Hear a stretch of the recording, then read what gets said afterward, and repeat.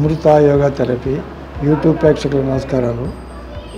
కంటి సమస్యలకు, అన్ని రకాల కంటి సమస్యలకు పరిష్కార మార్గం నందివర్ధన పూలు.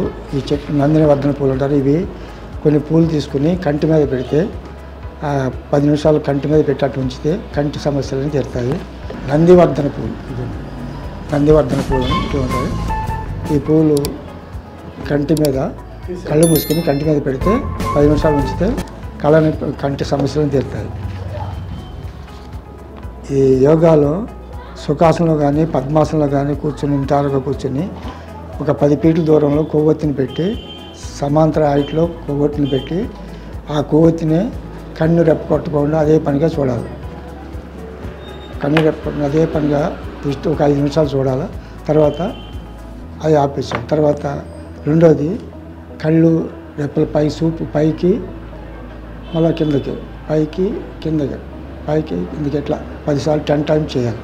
ఈ తర్వాత కళ్ళు సైడ్కి తిప్పాలి.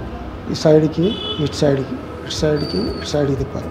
తర్వాత కళ్ళును గుడ్లు ఇట్లా రొటేషన్ చేయాలన్నమాట. ఇట్లా రొటేషన్ చేసి తర్వాత మళ్ళీ ఆపోజిట్గా రొటేషన్ చేయాలి.